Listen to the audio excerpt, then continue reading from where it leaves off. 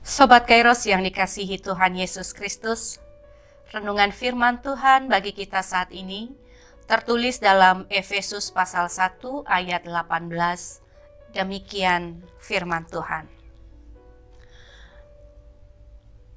Dan supaya Ia menjadikan mata hatimu terang, agar kamu mengerti pengharapan apakah yang terkandung dalam panggilannya, betapa kayanya kemuliaan bagian yang ditentukannya bagi orang-orang kudus. Demikian firman Tuhan. Sobat Kairos yang dikasihi Tuhan Yesus Kristus, pernahkah kita merasa bingung tentang arah hidup kita? Kadang kita hanya melihat apa yang ada di depan mata, masalah, kegagalan, atau kesuksesan yang tampaknya tak kunjung datang. Tapi firman Tuhan hari ini mengajak kita melihat dengan cara yang berbeda. Bukan dengan mata biasa, melainkan dengan mata hati. Apa itu mata hati? Menurut Rasul Paulus, mata hati itu adalah penglihatan rohani, yaitu cara Tuhan membuat kita mengerti rencananya.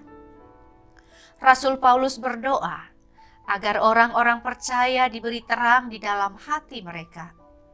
Artinya kita perlu pertolongan Tuhan untuk bisa melihat hidup kita seperti yang Tuhan lihat. Penuh harapan, penuh tujuan, dan sangat berharga di matanya. Hikmat yang diminta oleh Paulus bukan hanya berhubungan dengan pikiran atau otak saja. Karena yang Paulus minta adalah mata hati menjadi terang. Mata hati memiliki hikmat dan wahyu.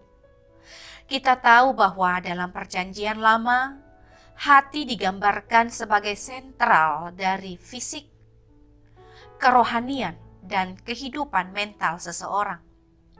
Itu menunjuk kepada pusat dan sumber dari kehidupan fisik dan seluruh hal batiniah yang ada di dalam diri kita, termasuk perasaan, emosi, kemauan, dan pikiran. Sobat Kairos, Paulus menyebut bahwa kita punya pengharapan dalam panggilan Tuhan. Ini artinya hidup kita bukan kebetulan. Tuhan memanggil kita untuk menjadi bagian dari karya besarnya.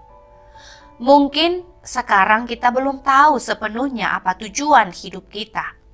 Tapi kalau kita membuka hati, Tuhan akan menuntun dan memperjelas arah hidup kita. Paulus juga mengingatkan bahwa kita punya bagian dalam kemuliaan Tuhan. Kita adalah miliknya. Kita punya warisan yang tidak bisa diambil siapapun, yaitu kehidupan kekal dan kasih Tuhan yang tidak berubah. Ini membuat kita bisa menjalani hidup dengan keyakinan dan sukacita meskipun keadaan sekitar tidak selalu mudah. Renungan ini juga mengajak kita untuk berdoa seperti Paulus. Tuhan, tolong bukakan mata hatiku, ajar aku melihat bahwa aku berharga, bahwa hidupku punya tujuan, dan bahwa Engkau selalu besertaku. Dengan hati yang terbuka, kita akan melihat hidup ini bukan sebagai beban, tetapi sebagai perjalanan bersama Tuhan yang penuh harapan.